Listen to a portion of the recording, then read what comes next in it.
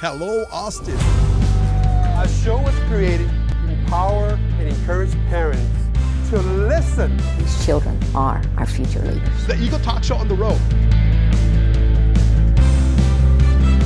Here's Myra.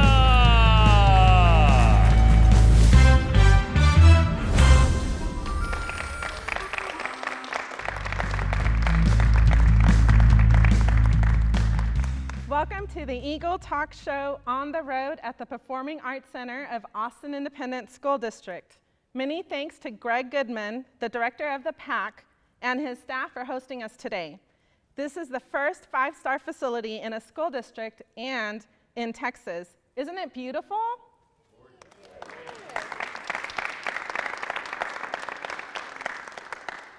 Let's all send some positive vibes to our regular host, Micah Arellano, as he continues recuperating at home. Let's listen to this short message from Micah.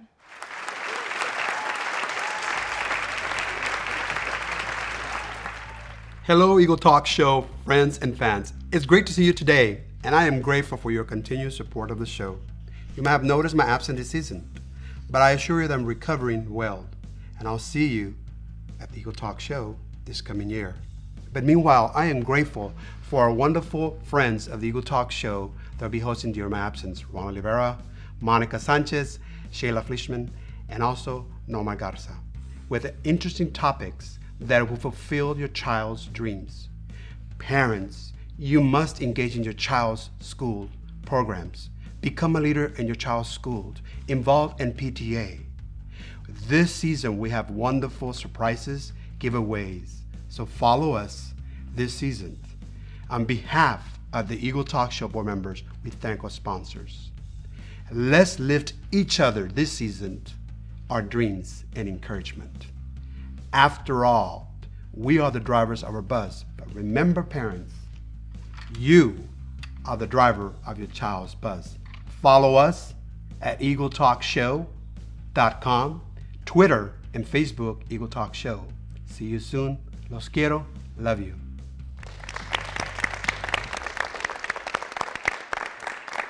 My name is Monica Sanchez, and I will be one of your hosts for the show today while Micah is recovering. Our second host, Ron Oliveira, will be with us just a little bit later.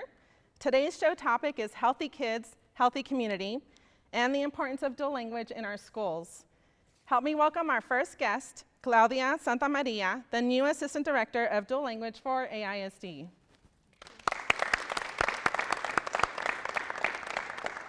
Thank you for being here today, Claudia. It's very nice to see you. How are you? I'm well, thank you. Happy New Year. Thank you. Happy New Year to you, too. Congratulations on your new position with Austin ISD. You're now the Assistant Director of Dual Language. Can you tell us what dual language is? So dual language is a form of bilingual programming. There are many different forms of bilingual programming. Dual language is one, and it's one with the goal that children will matriculate through that program, reading, writing, and speaking 2 languages. What advantages are there for children who are enrolled in dual language? Well, brain research and bilingual research in the past 10 years has exploded. I was a bilingual teacher back in the 90s, and the goal then as a bilingual teacher was that I would use children's native language, the language that they speak at home, but the intent was to transition them into English only. They would be able to retain speaking Spanish and English, in my case at Zavala Elementary where I taught, but the end goal was not that they would read and write in 2 languages. For dual language, that is the goal. It's a vibrant program that really takes a child's assets, which is language, and says to the child, your language is important. It's about your identity and who you are. And I'm here as a teacher in your journey to help you gain and strengthen who you are, and doing so by nurturing that language along the way and not stopping it along the way and going into English only, which was what we've historically done. So it's an exciting time. It's exciting to learn about the new brain research, about the plasticity of our brain, that if we don't maximize these moments of young children with language acquisition, we lose those moments. It's very hard, as you know, like I took Latin in high school. Not ask me how much Latin I know. I don't know what I was thinking. It's very hard the older we get, right? Because our brain is more static. So all of that, I think, plays a part in where we are as a district and trying to stay at the cutting edge and innovation like our new superintendent wants. So it's very exciting to be part of that journey now as assistant director. ¿Cuáles son las ventajas para los niños que están en el programa de lenguaje dual? Cuando yo era niña y tuve educación bilingüe, la meta de esa educación era usar mi lengua latina, que hablo español, pero últimamente leer, escribir y hablar en inglés. Ese era nuestro programa por muchos, muchos años. Ahora estamos leyendo más de lo que tiene que ver con el cerebro, de adquirir desafíos y maneras de pensar que son muy altas, y eso lo hacemos pudiendo usar lenguaje dual para que el niño no solamente hable español, como yo hablo, pero mi escritura y mi lectura es muy baja en español. Para nuestros niños en lenguaje dual estamos diciendo, vamos a leer, vamos a escribir y vamos a hablar en dos lenguajes, sea español, inglés o otros idiomas que podamos proveer. Esa es la diferencia. Are there advantages for English language learners as well as native English speakers if they are to enroll in dual language? If you look at the data in the past 10 years, we're seeing that our English language learners do really, really well with any kind of bilingual program, whether it's transitional, dual language, or ESL, all the way up to about 4th or 5th grade. So you look at the studies, and I'm doing my dissertation, by the way, I'm in school, on dual language, and I'm looking at African American kids in particular for my study. But when you're looking at kids through the data that we're finding with all these different types of bilingual programming, up to about 4th and 5th grade, they're all pretty good. I mean, the gaps are closing. It's not until you get to 8th grade that you begin to really see the gap widening, because cognitively, kids who speak, in our case, English language learners that are English and Spanish, those are 92% of our English language learners, Spanish speakers, don't have have not mastered the cognitive connections in their reading and writing in their native language to be able to really have a strong academic acquisition, when really literature gets harder in middle school, right? That's when it really, like, problem solving, higher level thinking in that middle school grade is really kind of explodes. For kids all the way up to 4th and 5th grade, those programs seem to be okay, but it's not until 7th and 8th grade, and then 9th grade is tremendous. It's almost painful as a Latina bilingual person to see the data, to see our English language learners just widen the gap and that's for language kids that are English language learners. And then you asked about the non-English language learners. Right. Those are only invited into the bilingual program in a two-way dual language program. In a one-way, it's all English language learners. In two-way, we invite kids that speak English at home to join in with the Spanish speakers or the Vietnamese speakers in case of in our Vietnamese program. For those children, when you look at data across the state and across the nation, because, you know, we're kind of behind a little bit in Austin. I mean, we're talking, school districts are looking at trilingualism. We're trying to get it to be bilingual. So there's a lot of research also showing the kids in those two-way programs are far overperforming kids that have regular schooling. So I think there's a cognitive benefit for both sets of kids, not just the English language learner. Great. How do students in dual language programs compare academically to students in other types of educational programs? You know, TEA just released a big report this year for the first time. Across Texas, they took transitional bilingual. That's what I used to teach when I was at Zavala in the 90s.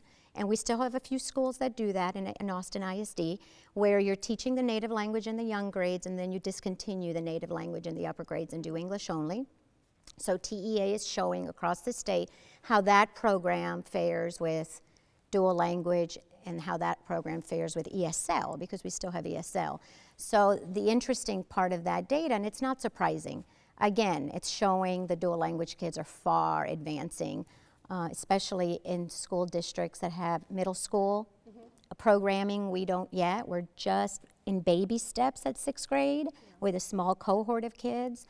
But this next year will be the tsunami of the kids, because this next group is the kindergarten group that started, and there are thousands of kids in this group. So I'm going to really be looking and working with our staff to really crunch the numbers and look at not just the STAR results. That's one indicator. There are many indicators that we look at: TELPAS results, DRA results, portfolio assessments, all kinds of things tell us the development of children. So all of that is looking really exciting across the state. And then if you go beyond the state, in places like Florida, they're really, I mean, they're years ahead of us in what their data is showing for dual language kids. So it's very exciting to kind of be pioneering this in Austin. When do you see the results from the effects of dual language on children? Does it take a few years? Oh yeah, there's a silent period to the second language acquisition. There are 5 stages of that acquisition. I'm not going to get technical with you because I'm learning all of this too in my new job.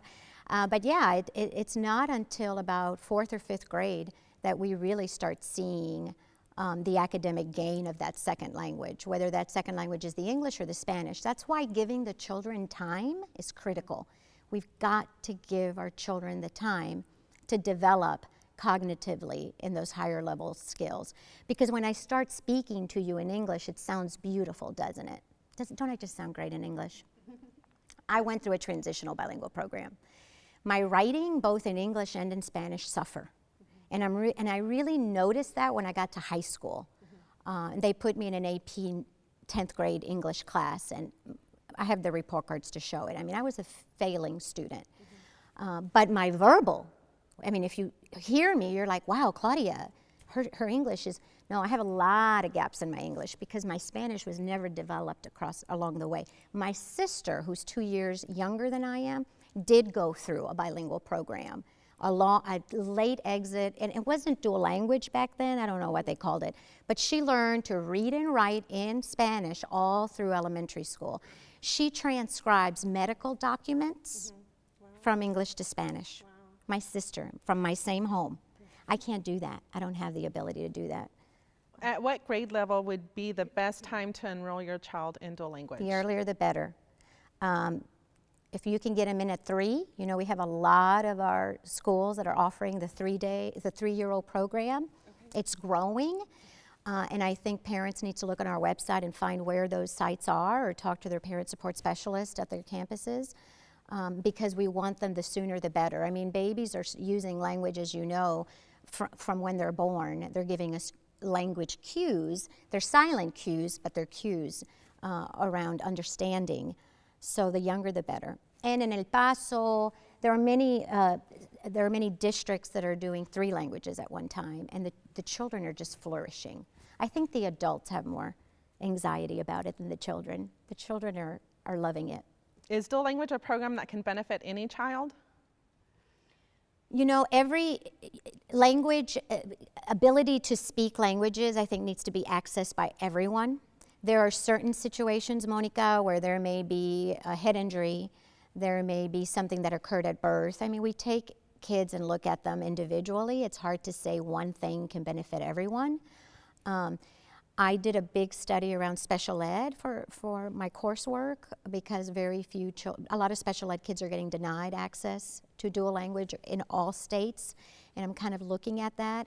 And some of those were very data-based, and you know, the doctor was involved, the speech pathologist was involved, a whole bunch of people were involved to make the decisions and decide, is this the best for this child? So again, those are very individual decisions that we make for children, just like we would for any program that we offer. ¿Nos puedes decir cómo pueden los padres trabajar con la mesa directiva y la administración del distrito para demostrar su apoyo para el programa de lenguaje dual en Austin? Mónica, sabes tú mejor que cualquier otra persona que sin los padres este distrito no existe. I mean, los padres son las personas que sin la motivación de los padres, ni modo que los niños hasta vengan a la escuela. Así que creo que es sumamente importante que los padres estén informados, que pregunten preguntas a sus maestros primeramente. Y después podemos hablar de los diferentes niveles, pero creo que la relación entre el papá y el maestro es número 1. De poder preguntar a ese maestro, ¿Qué puedo hacer en mi casa? ¿Qué necesitamos leer? O maestra, me estoy dando cuenta que mi hijo no está trayendo tarea. ¿Está haciendo las tareas o no? Porque muchas veces yo miro como mamá en la mochila de Sofía y no siempre me trae los papeles y lo que debe de traer. Creo que esa comunicación entre el padre y la maestra es sumamente importante. Después hablar de la directora o de la mesa directiva, de poder entender cuál es el rol de la mesa directiva en todo esto, ¿verdad?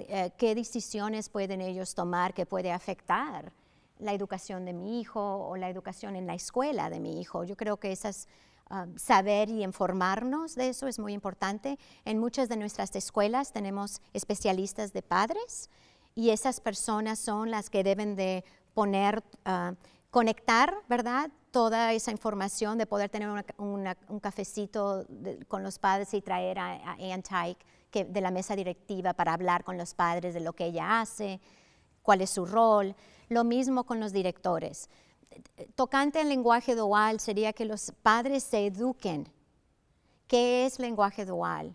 Y poder tener formas o cafés. Nosotros vamos a estar en Blazer al fin de mes, para tener un café muy grande con los padres de Blazer en esa área, para hablar qué es un programa bilingüe, qué debemos nosotros querer para nuestros hijos. ¿Queremos que nuestros hijos puedan hablar, escribir y leer en español e inglés? ¿O solo queremos que nuestros hijos hablen, escriban y lean en inglés?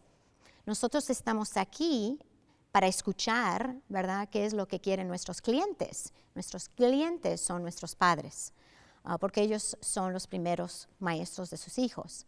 Para nosotros, muchos latinos, queremos que nuestra cultura, nuestra lengua, nuestra música, nuestra comida, todo eso es parte de quién somos. Y es muy difícil poner a un niño en una escuela donde eso no tenga valor. Lo bueno que tenemos nosotros en el distrito escolar es que tenemos lenguaje dual. Los charter schools no tienen lenguaje dual, solo hay un charter school que tiene. El charter school dice inglés, inglés, inglés. Eso no es parte de Austin ISD. He estado en este distrito 23 años y tengo 2 hijos en el distrito. Nosotros en el distrito escolar queremos ser familia, que nuestros padres se sientan que las escuelas son sus hogares. ¿Cómo podemos hacer eso si estamos inglés, inglés, inglés? Eso no es lo que nuestras familias deben de tener. Ahora, si la familia y la comunidad dice, pues yo no quiero ese lenguaje, esa es una diferente conversación, ¿verdad? Vamos a hablar con esa comunidad, vamos a hablar con esos niños y esos padres, porque tampoco se puede tener una regla para todos. Es un distrito muy grande, con muchas diferentes comunidades. Pero yo como persona bilingüe y persona latina que nació en otro país, soy inmigrante, para mí yo quiero ir a una escuela pública que quiera y valora mi idioma, que tenga valor a mi cultura, y el lenguaje dual hace eso y lo pone bien alto, levanta ese valor, creo, para las familias y los propios niños, porque muchos niños paran de hablar español. Cuando regresamos con nuestros abuelitos, nuestros tíos, ni les pueden decir ni hablar. Los latinos somos muy familiares, todo eso es muy importante para nosotros. Entonces, como latina, yo nunca hubiera tomado esta posición si no yo tuviera un gran valor a la identidad de las personas. Y tenemos que mirar árabe. Tenemos muchos niños que vienen a nuestras escuelas con árabe. Hayes, un distrito muy cerca de nosotros, está teniendo un programa de árabe para ver cómo podemos ayudar, porque son muchos. Es difícil tratar de hacer cada idioma que hay en el distrito, porque son más de 29 idiomas. Pero si tenemos un grupo grande, como de los de vietnameses, latinos, árabe, que sean poblaciones grandes de niños, como distrito escolar, es nuestra responsabilidad poder hablar con los maestros, los directores, qué podemos hacer, cómo podemos ayudar.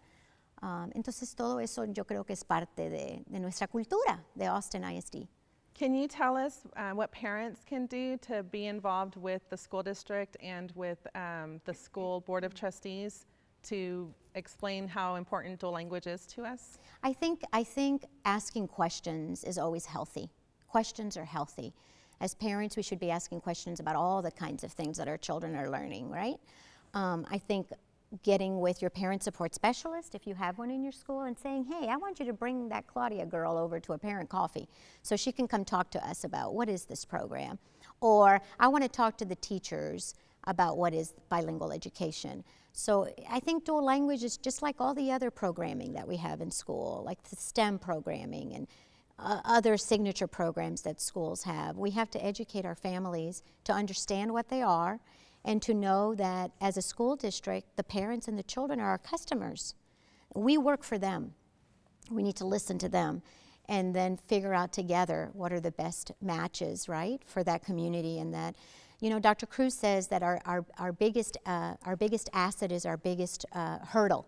Our biggest asset is that we're such individual communities, you know, schools are communities, and that's our biggest hurdle sometimes when you've got a big system and you're trying to move an initiative or something.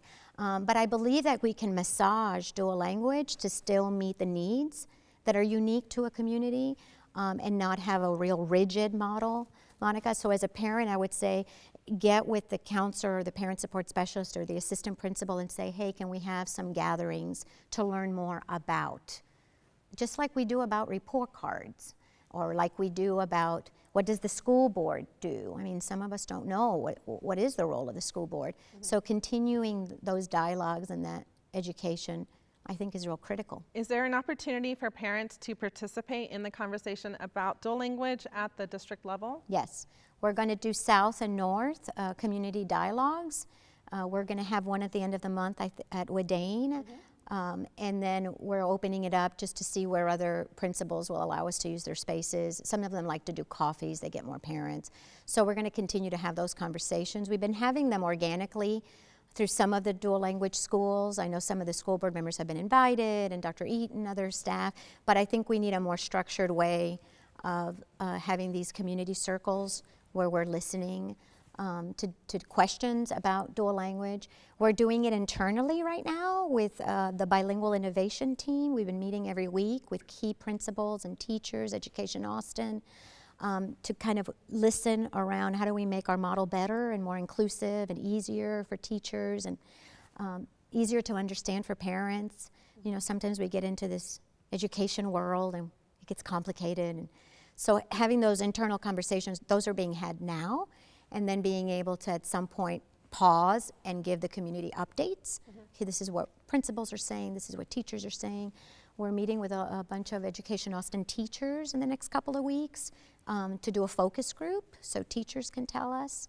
So I think just making sure that people are getting listened to and then a lot of voices are at the table is going to be important to improve whatever, you know, whether it's dual language or whatever it is.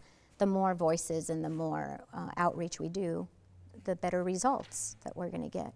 Great. I'm a bilingual person myself, and my son is in dual language, and I'm able to help him with his homework. But what about a parent who has an English speaker enrolled in dual language? Like, let's say, for example, they're learning Spanish. Yep. How does an English-speaking parent help their child with their homework in that case? And you know, that's been the dilemma of the English language learner. Her whole life, getting all the homework in English, and how do parents help in Spanish. So it's very interesting to be talking about it the other way around. Mm-hmm. The biggest thing that a parent can do is to speak the language that they speak at home and expose the child to as much print-rich literature, books. I read to my daughter every night, and she's 10 years old. We read together every night. And I'm like you, I'm bilingual, so I can do Monday, Wednesday, Friday in Spanish, and Tuesday, Thursday we read in English. But if you're a parent who doesn't know any Spanish, then read in the language of your home, because remember, that bridging that's going on in that child's brain is not separated. This is English, this is Spanish. As you're reading, that development is connecting. So you're reading about butterflies in English, and the child's brain is thinking about the butterflies, las mariposas, de la clase de ciencia en español. All of those connections are being made organically. It's not like we stop and start it. So the vocabulary that you're infusing in English, the words that you're using, the books that you're reading, that's all going to help the development of Spanish. Isn't that interesting? It is. Just like with Chinese. My children take Chinese too. They take Chinese, an after-school program. I can't help her with Chinese homework. Thank God for Google. Sometimes I'll get on Google and do. The teachers and say, well, here's some Chinese books I want you to read. I would be like, I don't know. But so the Chinese teacher tells me, the best thing you can do at home is read in the language that you and your daughter speak. That in itself is helping the development of language. It's not about language, it's about content, it's about stuff that we're learning about. What resources are out there to help dual language parents, get through the program?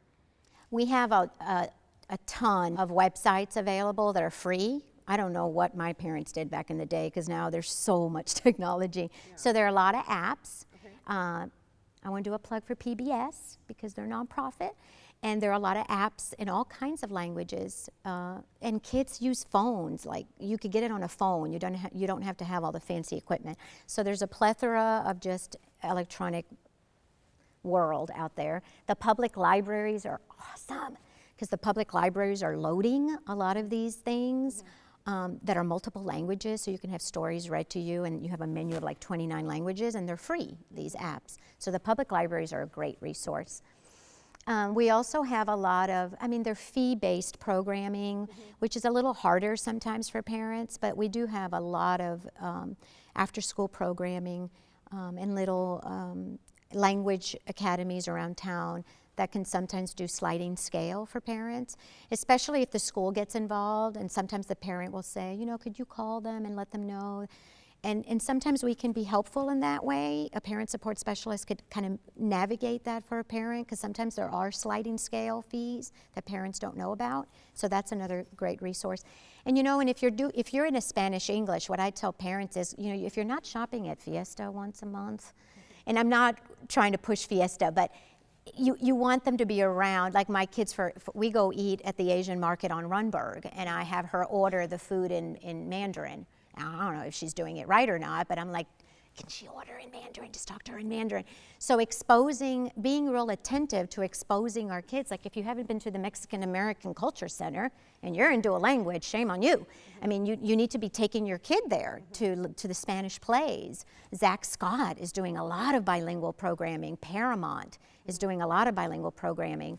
Even our own after-school program, we just did a training with all the extended care, YMCA, ACE, all the after-school programming we have, we had standing room only. We were teaching them basic words in Spanish, how to complement dual language after school, ways that they could use some of the strategies that the teachers were using in the classrooms.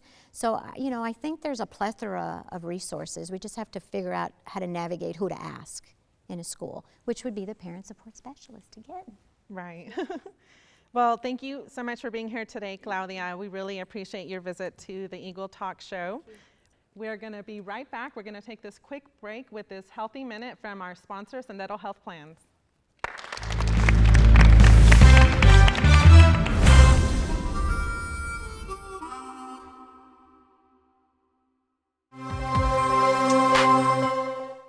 Hey guys, the Eagle Band has a gig, so we really got to get this one right. Are we ready? I'll count of three. A one, 2, 3, hit it!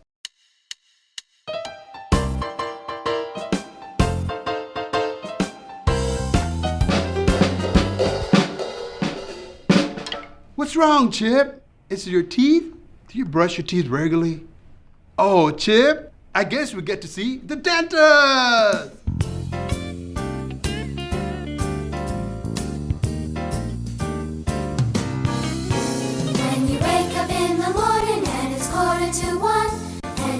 To have a little fun, you brush your teeth. You brush your teeth. When you wake up in the morning and it's 1:45, and you want to find something to do, you brush your teeth.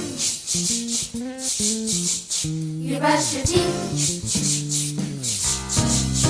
When you wake up in the morning and it's 2:45.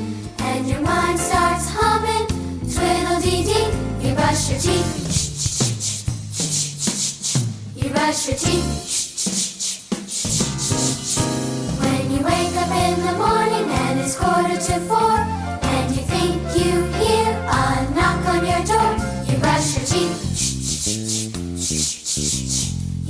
your teeth. When you wake up in the morning and it's 4:45, and you just can't wait to come alive. you brush your teeth. You brush your teeth.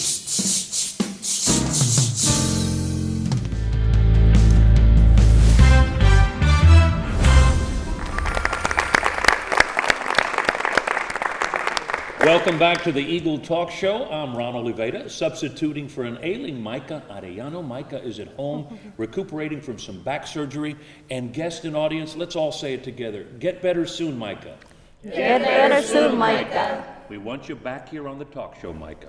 Thank you all for joining us today. We have something exciting to talk about, too, because we have a great sponsor for the show, Sendero. And I'd like to introduce from Sendero right now. To my right is Myra Lopez, and next to her is Norma Chavez, and they are both with Sendero Health. Tell us a little bit about Sendero, first of all. What do they do?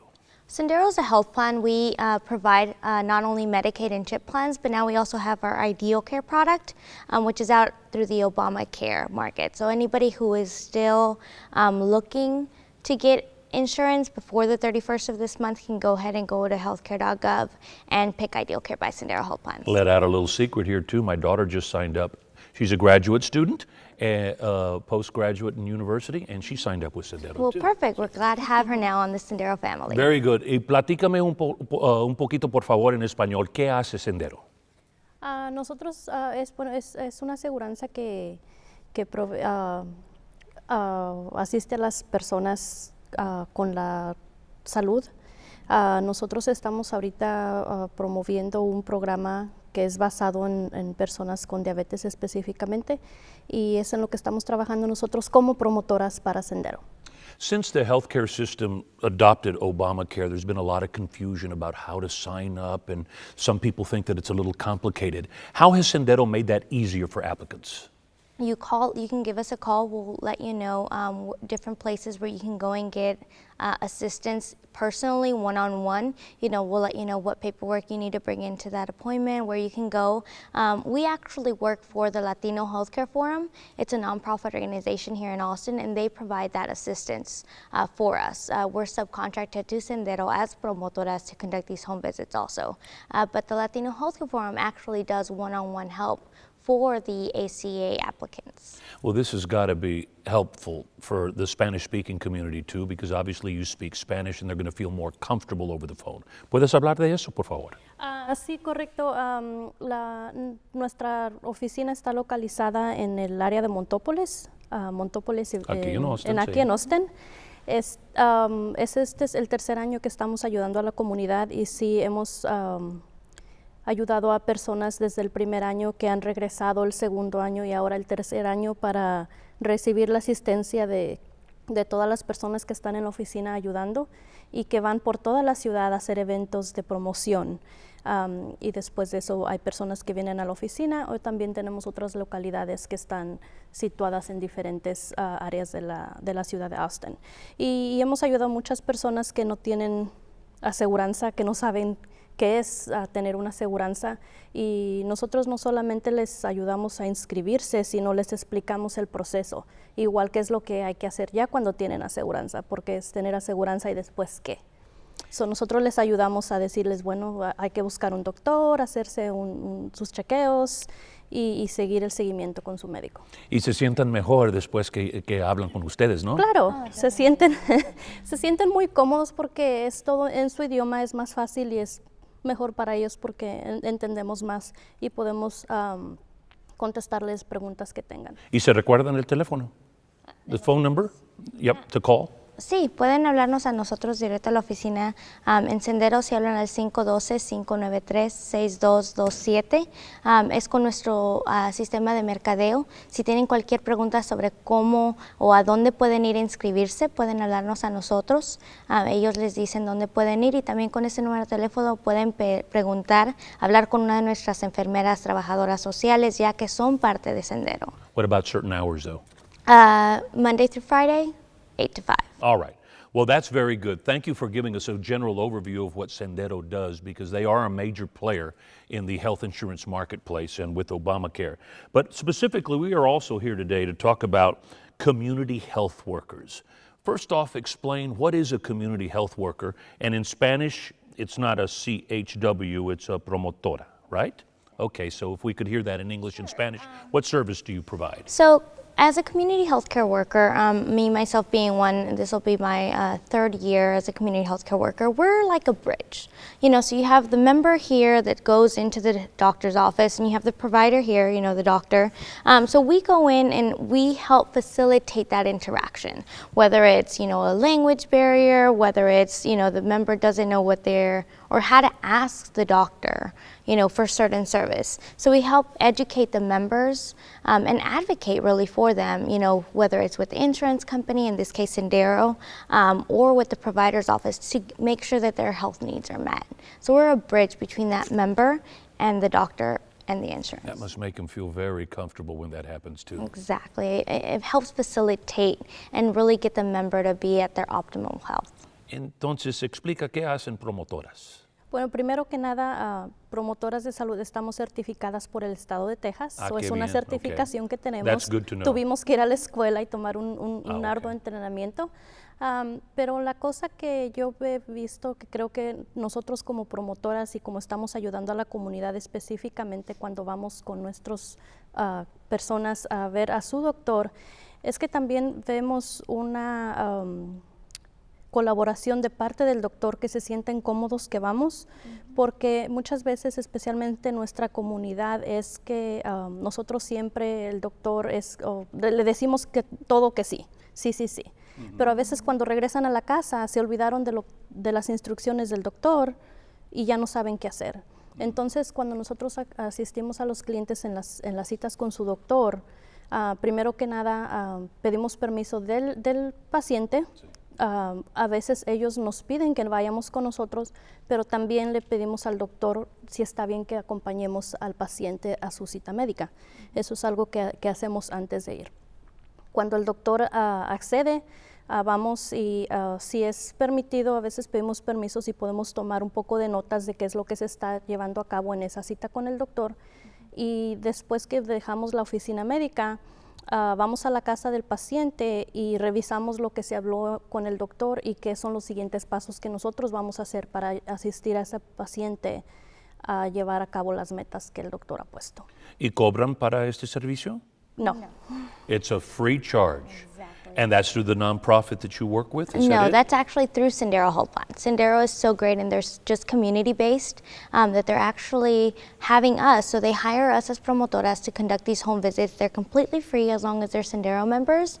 So anybody right now, we're just started with the diabetes program. We're hoping to expand further to like asthma, you know, our prenatals, so all our pregnant moms that, you know, have questions, especially when it's their first time being pregnant, they might have a few questions for us. So we're hoping to expand the program. Right now it's just diabetes. So in other words, you go with a diabetes patient to the doctor for what, dialysis or anything else that may happen? We actually haven't done any dialysis. We focus predominantly on home visits. So when we identify a member who's diabetic, who's having issue, you know, managing their numbers, we'll go ahead and give them a call. If they agree to it, then we'll conduct a home visit with them. During that home visit, we provide a lot of education. We bring a lot of handouts with us, and these are all user-friendly. So it's not a book that you have to read. Right. You know, it's a lot of pictures and diagrams and really educating the member about their health and how diabetes and them not managing it could affect their health in the long run. And so how long of a time period do you spend with these patients at their house? About an hour and a half at most. That's per a visit. Long time. That's very good. Yeah, and it's actually, you know, it's a good interaction, and you focus on a different topic every visit. And then, you know, you do a series of topics, and, you know, if the member has a doctor's appointment, then we'll go with them during that time. Or we also help them schedule those doctor's appointments, or if they're having issues getting, like, let's say their medication or finding a specialist, we'll go ahead and help them get all that stuff in line for them. Oh, what a tremendous service. En español, por favor. Sí, bueno, las visitas en la casa es dependiendo de lo que el miembro decida o el tiempo que tenga. Nosotros siempre estamos Básicamente es de lunes a viernes de 8 de la mañana a 5 de la tarde. Entonces durante ese horario nosotros llamamos a los miembros y decir, bueno, ¿qué es el mejor horario para el paciente? No para nosotros. Sí. So, siempre tratamos de ir a la casa de estos pacientes a la hora que ellos tengan tiempo o a la hora que mejor trabaje para ellos. A veces en la mañana, a veces en la tarde, y siempre tratamos de, el día que tenemos la visita en la casa, llamarles por la mañana y recordarles, y si en caso que algo salió por último minuto, entonces nosotros volvemos a hacer la cita para otro día, siempre cuando el paciente tenga tiempo. Duran como una hora y media, es basado Qué bien, igual. qué bien. Es mucha educación, pero es más basado, es como, no es que a veces uno piensa de ir vamos a la casa, les damos los handouts, los vemos con ellos, los leemos y hacer ejemplos para que ellos, tratamos de buscar la manera que ellos mejor lo van a entender para que ellos puedan durante la semana o cuando regresemos otra vez, siempre ponemos como una meta de qué es lo que quisieran hacer esa semana. Y son metas pequeñas porque nosotros siempre decimos que para que una meta o un cambio sea más prolongado tienen que ser cambios pequeños. No vamos a querer cambiar de un día para otro algo que estamos haciendo por meses o por años. Y esto ha funcionado. Se ponen metas pequeñas y se van dejando las cosas poco a poco y hemos visto el cambio en muchos de estos pacientes. ¿Y qué te dicen? What do the patients say to you after the visit or during the visit? You know, a lot of times, one of the things that we see the most is they tell us, you know, I've never received this kind of education before. So, you know, a lot of our patients have had diabetes for 8, 9, 10 years, and they've never received diabetes education. You know, and it's a lot of times you go to the provider, you're diagnosed with diabetes, you're sent to a nutritionist, you go through the diabetes education, but the moment you're diagnosed with diabetes, you're really in shock. You know, it's not something easy to process. So a lot of times you might have received this education, you might have received all these handouts, but no one ever sat down with you, that one-on-one interaction to really explain what diabetes is. And that's what we're bringing in. We're coming in to these members that are having issues understanding that, are still in that shock phase, and we're walking them through it. Es muy interesante ver cómo es que estas personas están realizando que tienen diabetes, y una de las cosas que yo les digo es que tener diabetes pues no es el fin, porque muchas personas los diagnostican con diabetes y piensan, oh, me voy a morir o algo va a pasar. Entonces, por eso nosotros estamos aquí para ayudar a la comunidad y darles esa educación de que pueden vivir sanamente controlando su diabetes, y esto es basado en la educación que nosotros les estamos proveyendo, y como es uno en uno, a veces la familia se involucra también si están en la casa, forman parte, y el apoyo de la familia es algo muy importante y algo que está haciendo el cambio en estas personas, porque muchas veces igual, a veces si es la primera persona o la primera persona de la familia que es diagnosticada con diabetes, es difícil para toda la familia porque no saben qué es, cómo hay que manejarlo, y el apoyo de la familia es muy importante. Y se ha visto el cambio. Se ha visto el cambio en personas que yo siempre les recomiendo que traten de buscar apoyo en una persona de la familia y que se involucren. Y es más fácil para una persona tener el apoyo de alguien que lo está diciendo, oh, recuerda, hay que hacer esto, o ya comiste esto, porque eso pasa a veces.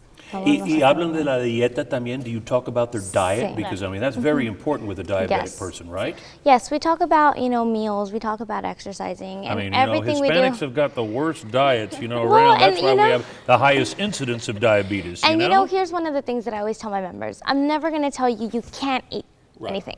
You know, what I'm going to tell you is the portion size you're supposed to be eating for it. So it's all about controlling how much of Yeah, a I can't certain have item you chicharrones eat. in or anything Yeah, I like mean, that? you can go ahead and have them. So here's one of the things that my members say. You know, it's like I've been craving this chocolate shake for like 2 weeks now. You know, if you don't eat that chocolate shake, you're going to be binge eating and eating little things of everything Right. to make up for it.